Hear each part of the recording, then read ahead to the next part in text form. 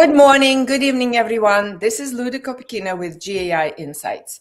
Welcome to Daily AI News, where we rate articles essential, important, or optional. The articles are at gaiinsights.com/articles. Please follow along and let us know whether you agree or disagree with our assessments. Today, I have John, Paul, Ankash from our regular crew and our regular guest analyst, Ashish Bhatia. Ashish, thank you for joining. Really appreciate it. All right, let's start with the first article. Ankash. Thanks, Luda. So the first article is an interesting one, and it talks about what convinced the author that OpenAI will run out of money. That is a fascinating title. What did you think about the content of this article, John? Yeah, I think I was going to rate this optional for our AI leader. I think this is a good. Basically, he's saying, "Hey, look, you've got incredible competition happening. OpenAI is burning tons of cash. We think, although they claim they're going to be profitable by 28, and they're competing against folks that have just oceans of money. When you look at Google, Microsoft, Meta, Alibaba, and so forth. So." I think he does detail out why inference is going to be more expensive, why it's going to be, hard for them to pay out to be a good counterparty for the massive over $1 trillion of contracts they signed for data center and for inference and things like that. Kind of where they're going to make that happen. Actually, according to some analysis that seen.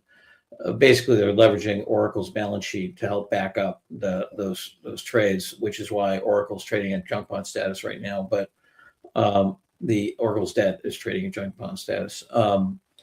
But I'd say optional. You'd have to have a pretty strong stomach to invest in OpenAI at the current valuations, given the fact that it's not just the Empire Strike Back; it's the Empires Strike Back. And I think. For example, what's the new thing? Claude Tasks, their Claude Coworker is going to do, I think, is going to create a massive vector of value for the incumbents. That is people who can get to your inbox. So that's Google, Microsoft, and now Anthropic. Anyway, optional. Optional from John. What did you think about this, Ashish? Yeah, I was optional as well. Some fascinating, and again, these are similar thoughts that I have. I feel OpenAI has an insatiable desire to burn cash. And if you look at OpenAI's story versus Anthropic's story, they're kind of similar but starkly different in how they are operating. Anthropic is going after enterprises which can kind of pay the kind of price for the intelligence, versus OpenAI is going for consumers. And again, if you look at the 800 million or billion plus users that they have, a big chunk of that is non-paying users, right? So OpenAI will continue to kind of burn cash and will be under pressure, as John mentioned, and the article kind of mentioned. So I kind of agree with the premise of the article, but optional read, I would say, for an AI leader. Yeah, OpenAI is also going very broad. They're trying to do a lot of stuff. So it's counter to regular wisdom for startups focus, right? They're not really focused per se. Ankash, agree? Optional, Luda. Yes, agree. Optional article. Okay, Paul, going optional in this one. This is triple option. Let's be on stupid. We're saying they're running out of cash. Does that mean they're going to be out of business? Are you telling me a $13 billion company that's going to do an IPO is going to run out of business and shut down? No, I think there might be a more marginal one. Maybe GPT-6 will be the last model they do. Maybe they need to start incorporating Chinese models and inference. I think running out of cash is a clickbait title and triple optional. Yeah, I would agree with you, Paul, that the OpenAI is not going away. There may be niche. There may be a niche, or use all open Chinese models, but to say they're running out of cash, i.e., bankrupt, and never be around 5 years from now is beyond silly. Yeah, it's probably All right, that sounds good. Interesting point by Kevin, which is the stability issues. I hear you, Kevin. I do think that there'll be they'll find cash somewhere, and they're not gonna they won't be able to afford to stop supporting their corporate clients. So I don't know. I'm less worried about the issue, but good point. I mean, Murati, the CTO, the female CTO who started Thinking Machines, she took over her CTO and two others from OpenAI, and the information just had an article today. 3 of them just went back to OpenAI. So we're really, really early in all this stuff here. Right. It's not quite clear what is going to happen. So this article is, I agree, not leading article. Okay. Optional it is. Let's proceed to the next one, Ankash, please. Okay, the next one comes from Google, and Gemini has introduced personal intelligence. Yeah, that's very interesting. Ashish, could you please tell us what it is and what do you think about it? Yeah, this article is about Google opening up Gemini model to be connected to Google services, right? This is something that Anthropic and OpenAI's ChatGPT enable you already, right? I have, for example, my Gmail connected to ChatGPT, right? And can kind of pull out emails and tell me, hey, what are new emails this morning and stuff like that. So Google is coming back and taking kind of what's its own, right? Taking control of what's its own and where their users are. But it's Google, right? And they are doing this intrinsically, deeply inside their own product. So it better be pretty good, right, than what competitors are doing. They're also leading this article, I feel, with a lot of notion of control and privacy. And one of the things that they say in the article is, hey, your data is already on Google, and kind of you would want to marry it with Google's intelligence rather than sending all of this data to a third party, right? Which might make sense to a lot of people. They're also leading with privacy and control aspects in the article. And then there is a plea for, if things go wrong, give us a thumbs up whenever you see something wrong, and we'll improve this, right? All in all, I feel it's like a catch up on Google's part. But again, it's Google. They have the distribution. They have the mind share of people, I would say, borderline important. Borderline important from Ashish. What did you think, Ankash? Important from me as well, Luda. I think for all the reasons that Ashish mentioned, that Google is taking back control of what's there and the kind of data that Google already has from all these set of platforms. And if users give them access to that data, I think it can enhance their experience on Gemini a lot. So for that reason, I think this is an important read. I actually was thinking essential because so many small businesses and even medium-sized businesses are using Google Stack, and this type of integration that, yeah, it's Google owned, but they haven't done it, and they're putting really huge power. Gemini 3 is a very powerful LLM in the hands of these people integrating all these independent sources of information. So I think it's a huge boost. What did you think, John?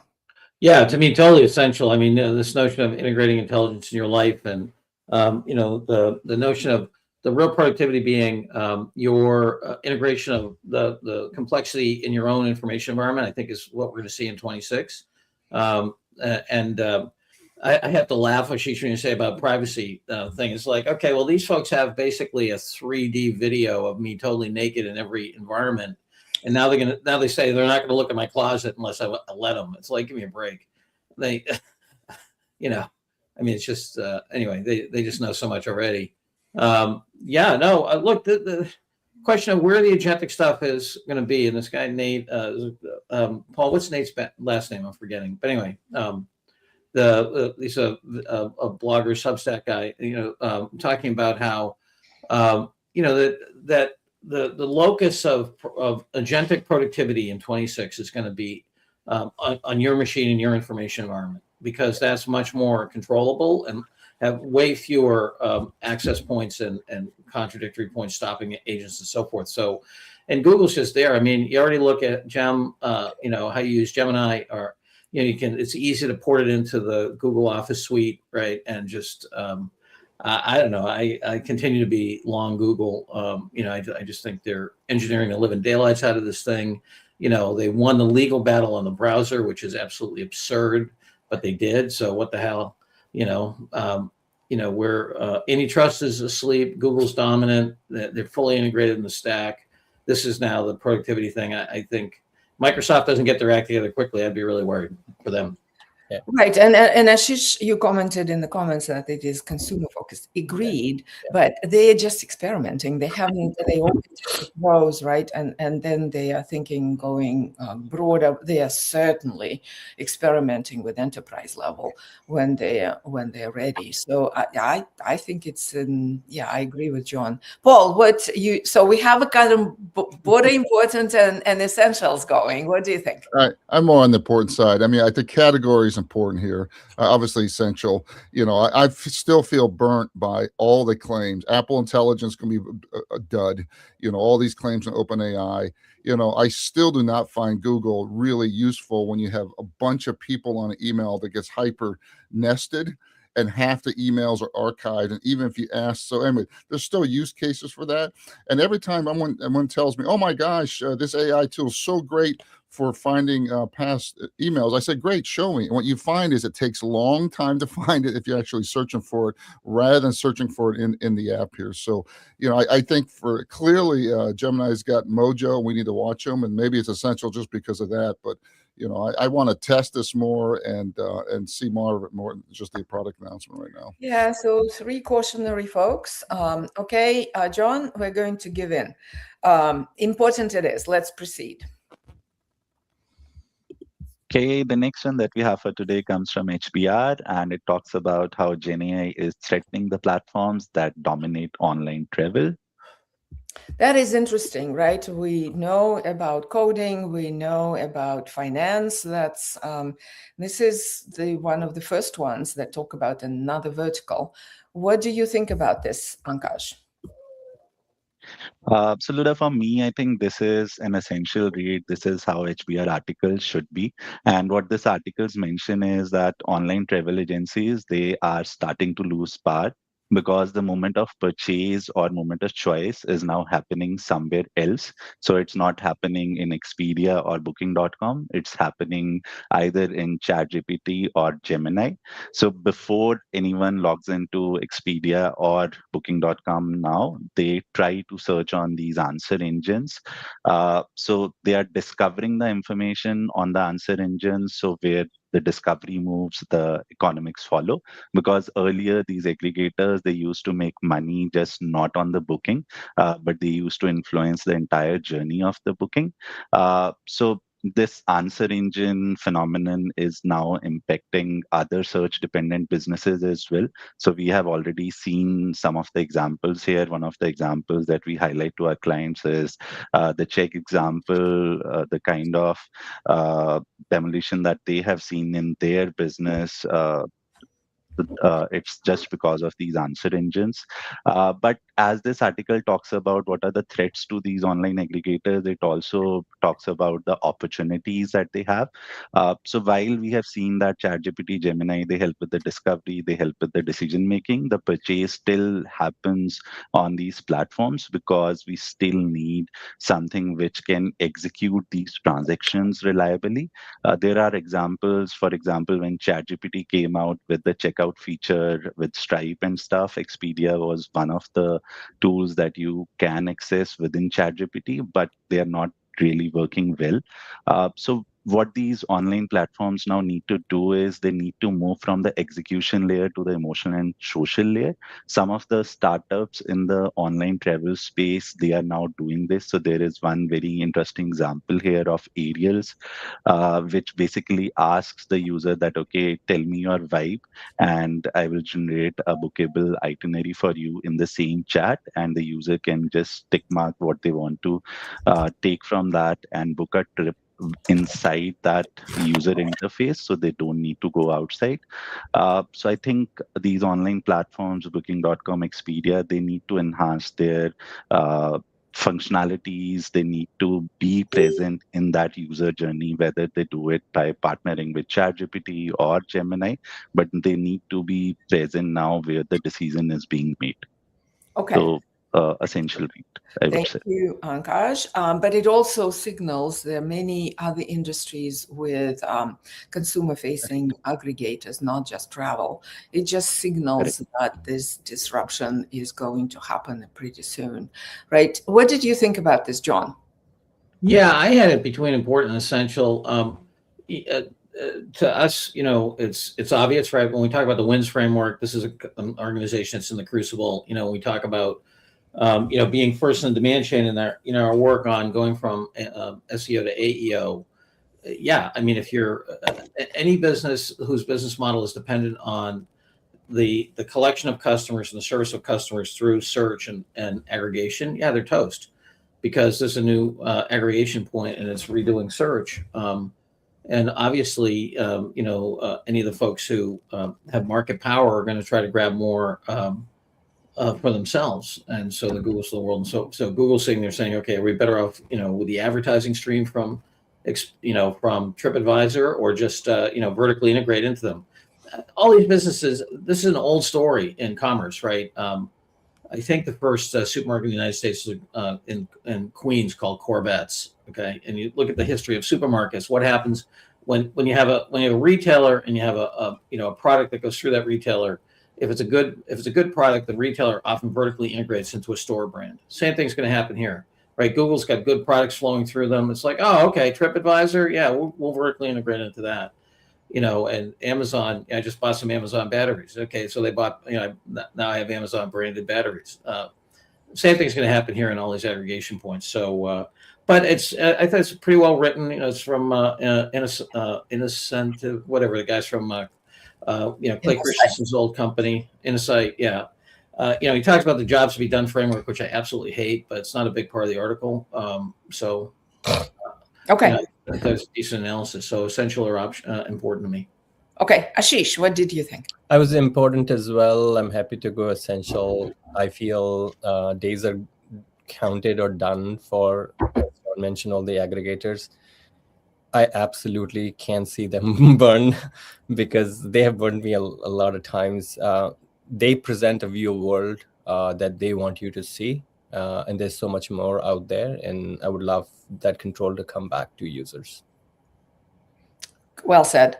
Okay, Paul, we're going essential on this one. Yeah, definitely essential. Things I want to watch. We talked a lot about AI leaders watching what's going on in coding, because that's going to be a trend that move into marketing and everything else. This is the same thing on e-commerce. So e-commerce, this is the year 2026, the year of AI e-commerce. With inside of e-commerce, digital products is a really important category. This is where you can actually do a sale and close it. So just using information, not having to ship a physical product here. And that's what travel falls into it. So it's a really good case. And lastly, Expedia, which I use, they're 14 billion. They've got their interface has barely changed. And now you got venture-backed companies are hiring the best technical talent using Code Claude to innovate.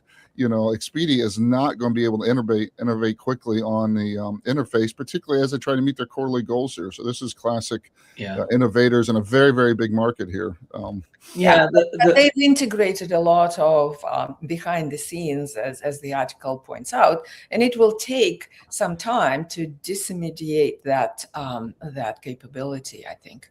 Yeah, in 1998, we did a distribution strategy for Marriott, and Bill Marriott was still alive, and we basically called it what we called the Jersey Kaczynski strategy: being there, not getting there. And so this whole thing about like the customer wants not just the travel is just a way there; they want to have an experience where they're landing, right? And so just what you said, Ashish. And so this is matching up intent and task and getting rid of all the crap in the middle, which is shopping and finding and buying and all that other stuff. You want to go from intent to experience. Yep, and it is happening. And so all the integrators, especially digital integrators, watch out. All right, essential it is. Let's proceed. Okay, moving on to the next one. This one comes from McKinsey, and it talks about GenAI in mergers and acquisitions from theory to practice to high performance? Yeah, John, what did you think about it? Tell us Yeah, what. I was going to give this, I don't know. First, I came in, it was a little, fluffy, not stuffy, but then it had some decent data. And then I was thinking about, we have a bunch of clients in private equity, and, would I forward this to them? I'd be like, yeah, I mean, it's some survey data. You got to remember, private equity's got $1 trillion unleveraged sitting on the sidelines in terms of, they have to put it to work. And I just think AI is going to be a huge part of that. And, they're feeling pressure. So I was going to give it at least important. It's, I think that, the fact that the money people are starting to go on this heavy. The thing that was missing from this article is the impact on the portfolio companies, but they kept it nice and tight on M&A activity. So important. Okay, Ashish, what did you think? I was important as well. I mean, I almost had deja vu kind of reading this article. I thought I've read a very similar article, or we've covered a very similar article in past. Maybe it was around private investment and not M&A. But again, just the data and arguments were rich enough for me to kind of call it important, I feel. Okay, important from Ashish. Ankaj. Important for me as well, Luda. So I agree with Ashish. There's a lot of data points here. They have given useful examples as well in terms of how GenAI is being used in this particular space. So anyone reading this, I think they will have some takeaways for use. So important for that reason. All right, Paul, we're going important. What are your thoughts? Yeah. Luda, can I just say one thing that, people have to understand about these things is that, so I was talking to a friend of mine over at a company that does an unbelievable scenario analysis and so forth. What's happening with this stuff like M&A is that, if you're sitting at home, you're trying to be a program trader on a retail basis and beat the folks in the market. I think you're really pretty stupid to do that, because, you're light years away. Well, not light years. Let's say, light seconds away from the trade volume, like what's really happening in the market. And you're trying to execute on that. Your information's old by the time you get it as a retail thing. Any of these, any private equity folks who are going to compete with the big houses or the specialty houses who are going to invest in this stuff, they're going to have the ability to scan and review and come back in a time scale that's going to be much different than anybody else. And I think if you're on the receiving end of this, and you're not competitive in your ability to do this as a investor in the private world, I think you have a real problem. And I think it's going to amplify the difference between haves and have-nots. And, and then you're going to, they're going to use the smart ones are going to create grid intelligence networks so they can get legal, pre-market information and distill that into their organizations. I mean, the impact on intelligence and execution here and speed and quality is just fantastic. And, companies have capital to put the work and don't think about this. They're gonna be on the lousy end of a bunch of deals. Yeah, right. And they need to have their own private data into this thinking ahead. Yeah. Of them.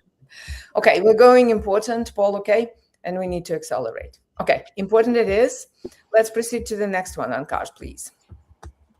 The next one comes from AWS, and it's a case study about how Flow Health is scaling medical content review using Amazon Bedrock. Yes, a use case in the spirit of AWS.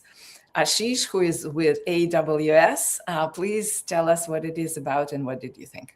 Yes, it's about a company called Flow Health, which operate at 1 million kind of user scale in the women health space. It's a workflow automation case study, and they have up in the start they mentioned that they're splitting this scenario or case study into two parts.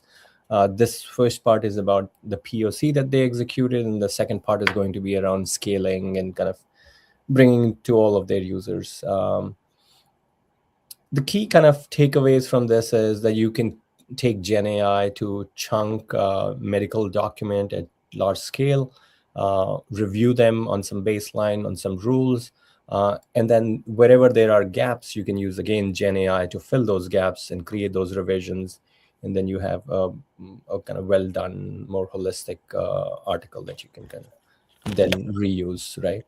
So it ticks all the boxes that AWS case study does. It has metric, it has key objectives, architecture. Just for the fact that it is covering the POC stage, I mean, I was between optional and important, leaning towards optional. I would be interested to see the scaling part of it and see what they've done there. Yeah, it was interesting because it's medical information. They need to be extra careful in the quality and adherence to rules. So this was an important way they really dive into how they accomplish this. So from that perspective, it's an important piece. What did you think, Ankash? Important for me as well, Luda, for the reasons that you mentioned. There is a part 2 of this case study that we will be discussing tomorrow. It has all the more important stuff, I would say, some quantitative impact as well. So important for me. Okay. John? Yeah, important. Okay. Well, we're going important. Great. Okay. Next one, please, Ankash. Okay, moving on to the last one. This one comes from Pat Brady from Sequoia Capital, and he talks about 2026. This is AGI. Yeah, Ankash, this is very interesting perspective, right? What did you think? I was between important and essential for this one, Luda. So basically, what he lays out is that everybody is fed up with the philosophical definition of AGI, and nobody wants to delve into that. So what he suggests is that we should think about AGI as a system which can figure things out end to end with minimal handholding when the task is ambiguous and messy. So he presents a storyline in which he says that we had 3 key milestones till now in this GenAI space. First was the launch of ChatGPT, which he positions as the knowledge phase, then the reasoning, which came with the launch of ChatGPT o1. Then he talks about the recent phase that we are going through, the iteration over time. So basically, models doing long horizon events, and they can keep self-correcting and deciding what's next for them. And then he gives a very good example of a workflow where a founder is asking an agent that find me a DevRel lead, and this agent goes into different platforms and finds information, just not through LinkedIn, but by looking at videos of different people, cross-referencing their social activity, and giving them high-quality shortlists in around 31 minutes. So he talks about that the race now is just not of how quickly the model improves or how better a model is.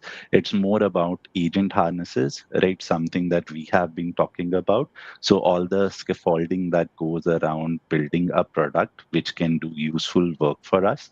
And this has been shown amply through some of the platforms like Manus, Claude Code, and Factory's Droid.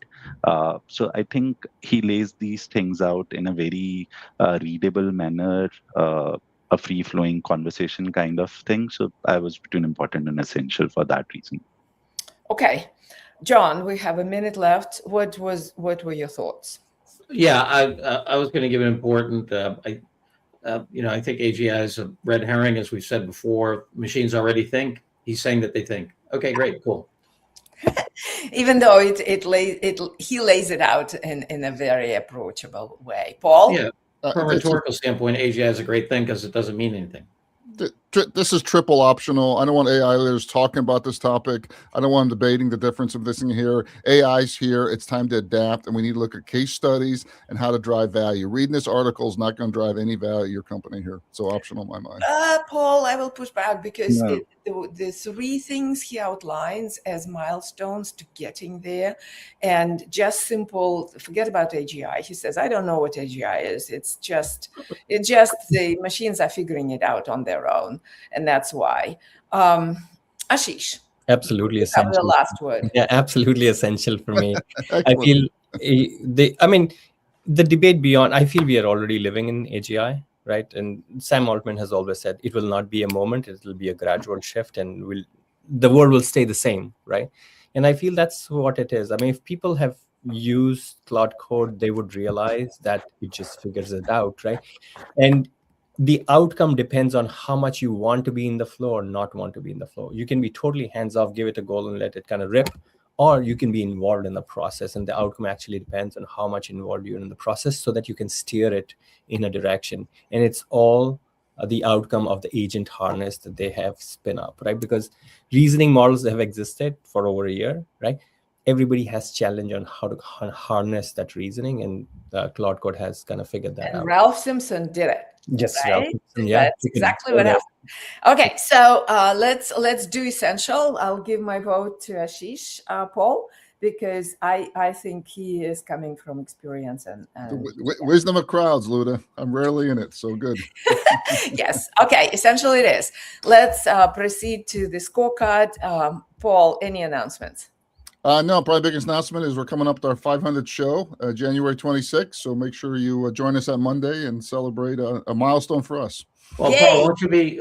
You'll be going to Davos soon next week, and I imagine you'll be sending back, postcards from the edge here. Yeah, we'll be in Davos. I'm flying out Sunday night, and I'm going to be tracking my journey through a number of short videos that I'll post on LinkedIn.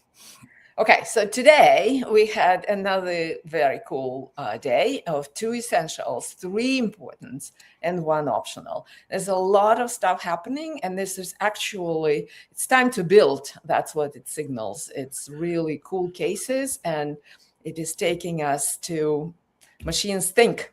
So thank you for listening. Ashish, thanks for joining. We really appreciate it. We'll see you tomorrow.